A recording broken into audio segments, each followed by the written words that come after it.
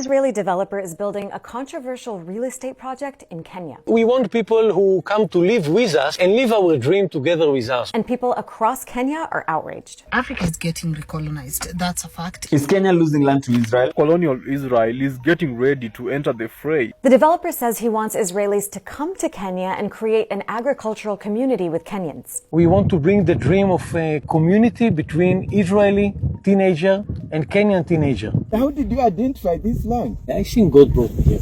But this Kenyan lawyer who wrote about the plan says many in the country feel it dredges up memories of when Kenya was a British colony. To see new people coming in, buying large tracts of land, reawakens that feeling of dispossession. And then the added drama of it being an Israeli person in the midst of the genocide. Many Kenyans learned about the 520-acre land development project when the Israeli investor was interviewed on a Kenyan TV show. The show normally features Kenyan stories, but this episode featured his pitch to sell residential and vacation homes on land he says will include a school, a mall, infinity pools, and even zip lines. These are up for grabs. You can have your home here. You can have it here. This is a piece of dream. For many, anger stems from where this project is located. A privately owned dam in this very region collapsed in 2018. The flooding killed dozens and displaced thousands. For years, they tried to seek compensation from the government, but there was radio silence. The next thing that we hear about Solai is the settlement, 520 acres and a foreigner. Jahira says the controversy around the plan also brought to light a little-known fact about Kenyan history. In the past, before settling on Palestinian land, one of the options considered was Uganda and Kenya. It's true. In 1904, the Zionist Congress sent a commission to explore Kenya as an option for Jewish settlement. Before the British decided to finally pick Palestine. Today, Kenya actually has strong ties to Israel. The Kenyan government has been one of Israel's closest partners in Africa for decades. Israel has trained the Kenyan army, and Kenyan authorities have used Israeli security technology to spy on activists. Israel then becomes the face of oppression for Kenyans. We would probably be one of those countries to provide the avenue, together with Somaliland and their recognition, for Israel to establish more bases here.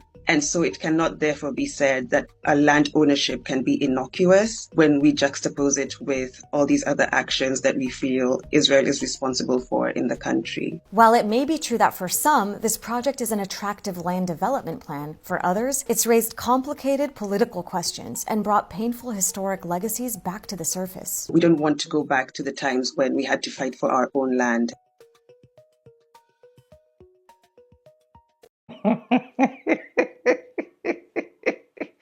Eh? What?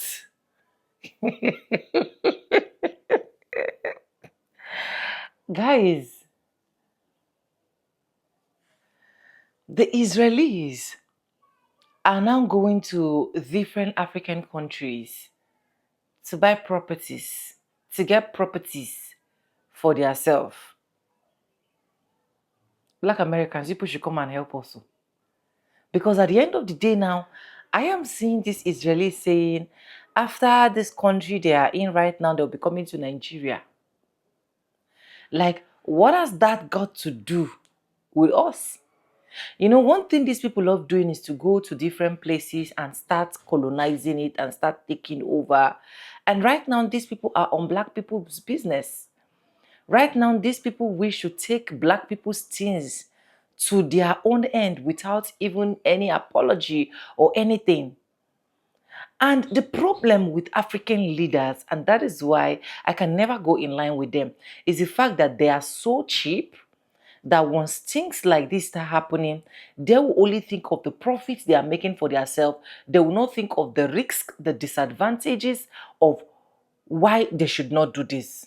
It's quite sad, but I'm going to roll out the clip for you guys so that you guys can watch. Credits belongs to the original creators of every single clips and stitches we have in today's episode. I want to say a very big thank you to every single one of you liking, commenting, sharing, dropping super thanks, and also joining my membership. I do not take you guys for granted. You guys are absolutely the best. With that being said, let's go watch, guys. I'll be back with commentaries. It is not just a piece of dream and a view of Lake Solai and the quiet place. It is also a place where we dream to bring from Israel, where we based from, where we came from, 15 years ago to Kenya. We want to bring the dream of a community between Israeli teenager and Kenyan teenager. So in Israel we have a school that's called Land and Earth, and we want to open here another branch of the school for Kenyan people. So we want that the Kenyan people will come to visit Israel, and Israeli will come to visit here. So we will create a community of knowledge, information, and friends between Israel country and Kenya country.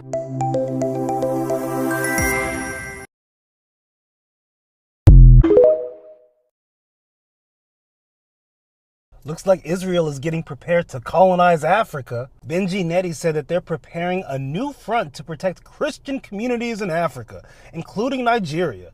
Now, over 14 weeks ago, I commented on a post saying, yo, before it's deemed as anti-Semitic, I do not want Israel to colonize Africa. The founder of modern Zionism, the national movement of the Jewish people, was Theodor Herzl, and he said, after I liberate the Jewish people, I will go to Africa to help liberate the black people. Yeah, that founder of Zionism, Theodor Herzl, also said, if I wish to substitute a new building for an old one, I must demolish before I construct. And that was what they did in Palestine, and that's what they're doing there now. Removing the indigenous people and property and replacing it with their own. A modern manifest destiny, if you will. Now, why would they want their new front to be Africa? Is it because they want to protect Christians in Africa? Or is it the same reason every other colonizer wants a slice of Africa? The resources. This nice map shows all the rich and valuable resources that can be found on the continent of Africa. Pause to take a screenshot if you like, or Google resources in Africa. But remember, any map you look at won't match the volume and variety of actual resources. The president of Burkina Faso, Ibrahim Traoré, recently said they label us as the poorest continent in the world, and when we ask them to leave, they refuse. And that's true. A large majority of the problems Africa has today can be attributed to its plunder and intervention by colonizers. Not only after the Berlin Conference, which sliced up Africa like a piece of pie for colonizers, but how the US and much of Europe continued to exploit Africa after formal colonialism using finance, intelligence services, and covert political interference. If you want to read about that, check out the book White Malice, because this new front of Africa thing is all just a 2026 version of that. And it's important to note that Israel is in a strategic location to help other modern colonial powers extract resources, land, power, and capital from Africa. It can also help keep African countries at war, as well as prevent them from truly uniting and utilizing their power for their own benefit. Which brings us to why our suffering is connected. What is happening in Palestine is connected to what happens in the Congo and the Sudan, and even here, when we get to ICE and how they have agents trained in Israel and technology trained there to use on citizens here. So while we may act local, we need to think global. Well, if I wasn't on the list before, I for sure am now. Just make sure y'all put me down as Dr. Jared Van, PhD in special education, focused on global liberation.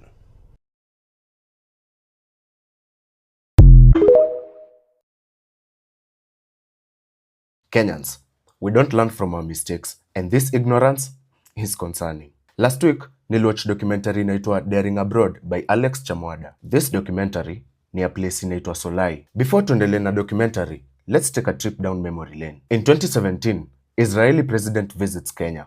Unye alikuwa preso at that time. Aya, in 2018, Patel Dam devastatingly collapses. Ikamada wase more than 45, half of the figure being children. This also led to the displacement of the natives who occupied that area. Apparently, investigations for this incident has never been fully solved till date. Hii area ndo inaitwa Solai in Nakuru County. Hell of a coincidence, right? Now, recent reports have shocked the national headlines that it has been uncovered that this flooded land and the area surrounding it, measuring 530 hectares, has been bought by the Israel community. 530 yote? Kwani plan yao ni wicha? Ukitaka kujua more about this in detail, watch a YouTube video. Let's jump right into the facts. Israel is known internationally for being the main cause of deaths, instability, and anarchy pale Palestine since way back in 1948 till date. Ukiwauliza why brutally attack them, wanakwambia tiniju the land in Palestine was promised to them by God in the Bible. Inafai kuonyeshe how heartless and greedy people can actually become. And it's devastating that even after all this is known internationally, the Kenyan government still allowed them to own land in our country. Keeping in mind that more than 73,158 Palestinians and counting have lost their lives in their hands till date. Mistake yao ilikuwa gani? Because they chose to fight for their land. Every sane country has strict land ownership laws. Lakini Kenya ni nani? Ndugu ya Singapore. Whole time, Kenyans are busy with the Russian guy and campaigning. Fellow Kenyans, fix your priorities before it's too late. Stop being part of a circus that will lead to your grave. Na sijui nani atawasaidia. Juu nikiangalia pale Palestine, usaidizi most washaipata ni kupostiwa pale Gram story. Au viongozi wenyu, instead of fighting and whistleblowing these agendas in parliament na hizo offices zao, au already walishaanzanga campaign. Last question. Gava itakubaliaje watu wajenge kwa place isha experience flood? Not unless hiyo flood inaweza kuwa ni riba za jaba. In Kenya, nothing is a coincidence. So think twice and extra before making a decision. Note this. President wa Israel is a wanted criminal by the International Criminal Court. Na hajawahi shikwa. Wananchi. Nyinyi wananchi ama wenye nchi? Food for thought. Repost this video so that it can educate as many Kenyans as possible. Juu kwenye mnaelekea.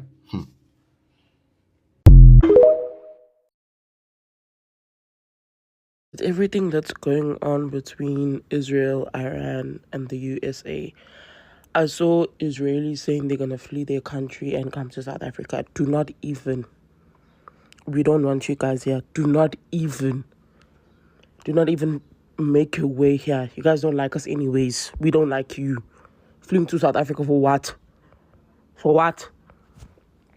Please, man. Expect you to come here to accept that Israel has nuclear weapons. I'm not giving you the fact, but it's for you to deflect. Also, you were talking about Israel being a saint in all of this. I mean, we can go back historically, and I can tell you about the King David Hotel bombings, Argon and Shargon, and all the other atrocities. Even Gaza here, that Israel first denied the number of people killed in Gaza. Finally, they accepted the number. At first, they first said the numbers from the Gaza Health Ministry was wrong. Finally, they came around. Even what they are doing in the West Bank and all of that. And a lot of crimes. Yes. So the Israeli army is being investigated for a lot of crimes. Yes. And we all know that. So if you think Israel is a saint, I mean, it's your well, Hold on a minute. Hang on, let me finish. Do not interrupt, Ambassador. Tell him. Let me finish. Tell him. So you can go ahead and claim all of that. But the interesting part is also the hypocrisy I see. That part. Only last year, when you had a 12-day war, you said, I mean, the words of Donald Trump and Israel allies, they had obliterated the nuclear program in Iran. Exactly. Woo! That was satisfying to watch. It scratched an itch. This is Rufai Oseni, a Nigerian TV broadcaster, taking to task the Israeli ambassador to Nigeria. This is how it should be freaking done. We should be pulling them up on their bullshit, their gaslighting, and their lies. They should be taken to task authoritatively with freaking facts. And we do not see enough of this in the Western media because, oh my God, we might be called anti-Semitic. Oh my God, it's Israel. Who gives a rat's ass? Israel is literally leading the world into war after war after war, stripping people of their liberties, livelihood, and life in their own individual countries because of the Zionist power construct. Let me tell you this right now. Kudos to Rufai Oseni, and many in the Western mainstream media should take a leaf out of his freaking book. You should speak without fear or favor when it comes to, Israel spokespeople, their government officials. You should take them to task. You should shut down their bullshit because that is what we expect of you. Utter nonsense. Israel is a saint. You people must be mad. And we all know what obliteration means. It's a freaking English word. And he's right. Like many of us have been asking, if you obliterated it during the 12-day war last year, what the hell do you have left to obliterate? Unless you were lying then and you're lying now. This interview was spot on. The Prime Minister of Israel, Netanyahu, have confessed it, have said it, that he's coming to Africa. That he's coming to Africa, that Africa is Israel and Israel is Africa. That Africa will come to Israel and Israel will come to Africa. That he saw different talented people in Africa. That means he's coming to Africa. Africans, are you hearing me? Are you there? Which side of Africa the Prime Minister of Israel is coming to? Definitely it's not Nigeria. I don't think so.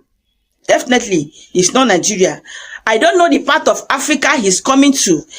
If you're in Africa, please comment in the comment section which side of Africa he's coming to, because there is nothing that Westerners can do for us. Westerners, they did not like Africa. So coming to Africa, we don't know what they are coming to do if in Africa. Coming to Africa, they are coming to collect from Africa, because there is nothing Westerners can give Africa. We are okay in Africa. We are contented with what we have in Africa. So let them not come to add another thing to us here in Africa. We are okay in Africa, because I don't know what Netanyahu is coming to Africa to do. I guess it's not what I'm thinking. Let's listen to him and hear what he's saying. As an expression of a simple truth, Israel is coming back to Africa, and Africa is coming back to Israel. I believe in Africa. I believe in Africa. I believe in its potential, present and future. It is a continent on the rise. Its people are diverse and talented. I've made strengthening our relations one of our top priorities, national and international priorities of the State of Israel. It's the reason I became the first Israeli Prime Minister to visit Africa in decades. Well, one thing I can assure you, it won't be decades until an Israeli leader visits Africa again. It won't be 5 years, be a few months. If you're in Africa, comment in the comment section that you need them in your country. I come in peace. Breaking news coming from South Sudan. Let me tell you, this is bad news to the people living in South Sudan. You won't believe that the United States of America and Israel want to relocate all the people from Gaza into your country, South Sudan. Today, I'm talking about South Sudan. I am not talking about Sudan. So in this proposal, you in South Sudan, you'll be forced to move away from your country and share your country with the people in Gaza. And let me tell you, there are more than 2.1 million people in Gaza. This is a plan that Israel has ever wanted to do to ensure that it expands its territories and also finish the threat of Hamas. So the people of South Sudan are having a very bad time, because very soon there will be planes with people who cannot go back to their country. The question is, will this bring destabilization in South Sudan? And let me tell you, the African Union is quiet about this. They are not talking about this. And this will be one of the biggest humanitarian crises that is going to happen in South Sudan. Remember that Sudan has also been having a lot of destabilization, and this is going to increase their problems. The question is, will the people in South Sudan allow these people to settle in their land? Did anybody else catch this bizarre interview from Netanyahu where he literally said, "We transported African migrants right into Israel for the first time, but not to enslave them, to liberate them"? We let in, mind you, immigrants from Africa, Ethiopian Jews who come into this country. I think it's the first time that we have actually transported black Africans from Africa, not to enslave them, but in fact to liberate them. It's very strange to make that statement and include that caveat of, well, we're not trying to enslave them unless you were planning to secretly enslave them. So let's actually take a look at Israel's historically poor treatment of African migrants. African migrants historically live under a very xenophobic lens in the state of Israel. They are considered infiltrators into larger Jewish society. And governmental policies make life unbearable for migrants within Israel. They intentionally make life difficult in order to coerce migrants to leave voluntarily. They want them to self-deport. Asylum seekers are denied access to public health insurance and are largely excluded from the national welfare system. Social services and benefits are also not available to asylum seekers, leaving many in precarious economic and health situations. There are also decades of allegations of unwanted medical procedures on African migrants, most notably the sterilization of Ethiopian women. These Ethiopian women are also Jewish, but they were told they were the wrong color. There's also an incredibly low refugee recognition rate and no clear or fair path to legal status. This prolonged uncertainty leads many unable to secure stable jobs or health care. There's also a policy of indefinite detention for migrants who enter Israel irregularly, again as an attempt to coerce them to leave. Many African migrants are detained in remote desert facilities under the same laws that permit indefinite detention of Palestinians. They're held in incredibly crowded cells with limited access to proper food and water, medical care, limited access to legal counsel. There are also voluntary transfer programs that arrange deportations or travel to countries that are considered third world countries or countries embroiled in war. Countries like Rwanda, Sudan, Eritrea, countries where if they are sent back, they are subjected to arbitrary detention or violence or even torture because of the way that they left their country. Human rights groups describe these programs as forced or illegal because migrants really have no choice. They are forced into making these decisions. A former Israeli official was quoted as saying that these programs exist to make their lives miserable in order to force them to leave the country.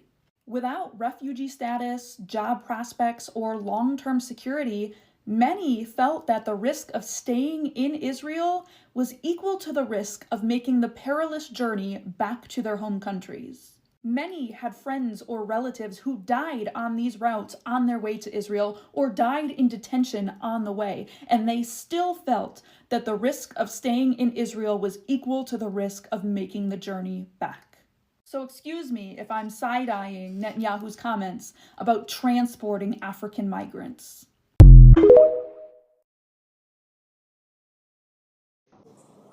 As an expression of a simple truth, Israel is coming back to Africa, and Africa is coming back to Israel. I believe in Africa. I believe in Africa. I believe in its potential, present and future. It is a continent on the rise. Its people are diverse and talented. I've made strengthening our relations one of our top priorities, national and international priorities of the State of Israel. It's the reason I became the first Israeli Prime Minister to visit Africa in decades. Well, one thing I can assure you, it won't be decades until an Israeli leader visits Africa again. It won't be 5 years, it'll be a few months. Africa and Israel share a natural affinity. We have, in many ways, similar histories. Your nations toiled under foreign rule. You experienced horrific wars and slaughters, and you are still fighting to get out of the past into the future valiantly. And things and efforts that I deeply admire. With determination and conviction, you won your independence. You healed the wounds of the past to chart a future of hope for your people. This is very much our history. Our people, too, were denied independence for far too long. Our people, too, suffered the indignity of bondage, slavery, and dispossession. Our people, too, experienced unimaginable horrors of mass death and genocide. But we never, ever gave in. We fought for our independence and won. We think that Israel now is the best partner that the countries of Africa could have, and it's something that is dear to our hearts. The founder of modern Zionism, the national movement of the Jewish people, was Theodor Herzl, and he said, after I liberate the Jewish people, I will go to Africa to help liberate the black people. We have our African brethren, the Ethiopian Jews, who are in our society, and I personally work every few weeks to help integrate more and more and incorporate them in our society. I believe this. I believe in Africa. I believe in your future, and I believe in our partnership. I believe that Israel still continues with this path of supporting its friends, its allies, its family. And just like we did that in 1967, Israel supports and does what it can. I did hear that Mr. Kano was in Israel, in Jerusalem, before he was abducted and disappeared from the public's eye. And this is the most important thing that I want Biafrans to take from this discussion, that Israel, we stand with you guys. And although the cause of Biafra is not very familiar with the world and with Israelis, I want to say that, you know, because of my activity, because of what I do, more and more Israelis are hearing about the cause of Biafra each and every day. So yes, we do stand with you. I want you to know. Welcome back, guys, and that's all I got for this video, and this is more deeper than what we think. I'm going to be telling you for a whole fact. You see, Africans are very, very, very, very cheap when it comes to getting things away. Honestly, when I saw this particular clip, I begin to wonder, because if you check in the clip that the Black American guy actually spoke, he said something. He said, and they said after Kenya, they will be coming to Nigeria. And I know how porous our system is. I know how porous our government is. I know how porous they don't care about anybody's feelings. The only feelings they actually care about is their feelings and what they will literally profit. Honestly, a lot of people are seeing this as something that is very okay, as something that it doesn't really matter. I'm not seeing this like that, because it is quite unfortunate that what happened a long time ago, history is about to repeat itself again. Why in all places for you to buy land, Africa? What happened to all of these Asian countries? What happened to other continents? Why can't you go to other continents, and of all places for you to look at every single thing you want to build, is Africa? And you're starting with Kenya, and you know Kenya president has a very close relationship with the Israeli president. He has a very in fact, when I was doing research, and I think someone also said it in this video that I actually stitched, that he is one of the presidents that have the most close relationship with the Israeli president. If these people can literally go into America and just twist the orange man to do what he is not supposed to do, to wake up one morning and said, we are going to war, what can these people not do? How is it that is now that is important for them to look for African countries to settle in? Why African countries? Before you know, these people will start colonizing, taking things, reclassifying things, because that is what they do. That is what they do for a living. And to now crown it all, they will not tell you that Israel and Kenya are what. Honestly, for me, I am not, and I will literally not buy this. But who am I when we have a system that is not functioning? Who am I when we have people that don't care about you? Who am I when we have people that are not ready to speak? The only thing they are ready to look is, okay, what's the advantage? How much is this going to fetch me? That is only what they are interested. And that is why it looks like African is still backward at every single now and then.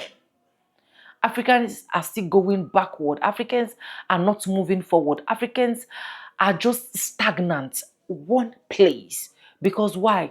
We have a lot of people that will literally do not care about anything, but only care about their pockets. The most important thing to them is their pockets. How they are going to enjoy, how they are going to survive, how their children are going to fly abroad, how their children are going to do this. It is sad for Africans, honestly.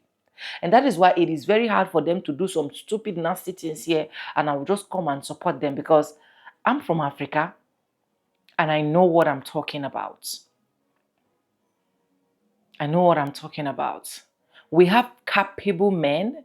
We have able people. In fact, if what's come to us, we have Black Americans that are capable to get all of those acres of land, develop whatsoever they want to develop, but they will not. They will not give until they see someone neutral, someone from Israel that can sleep and wake up. What is the thing they use and eat and bath with? Guys, let me know what you think in the comment section. Credits belong to the original creators of every single clips and stitches we have in our today's episode. I want to say a very big thank you to every single one of you, liking, commenting, sharing, dropping super thanks, and also joining my membership. I do not take you guys for granted. You guys are absolutely the best. Let me know what you think in the comment section. Do you think this is actually a good idea? Do you think it's not a good idea? I just want to get your opinion in the comment section. And thank you so much for staying stick and cook with me. With that being said, with no further ado, like I say in my videos. I'm going to be saying bye and I'll see you guys in my next one. And this is for educational purposes only. Educational purposes only. Thank you so much, guys. Bye for now. I love you guys. Mwah. Jesus.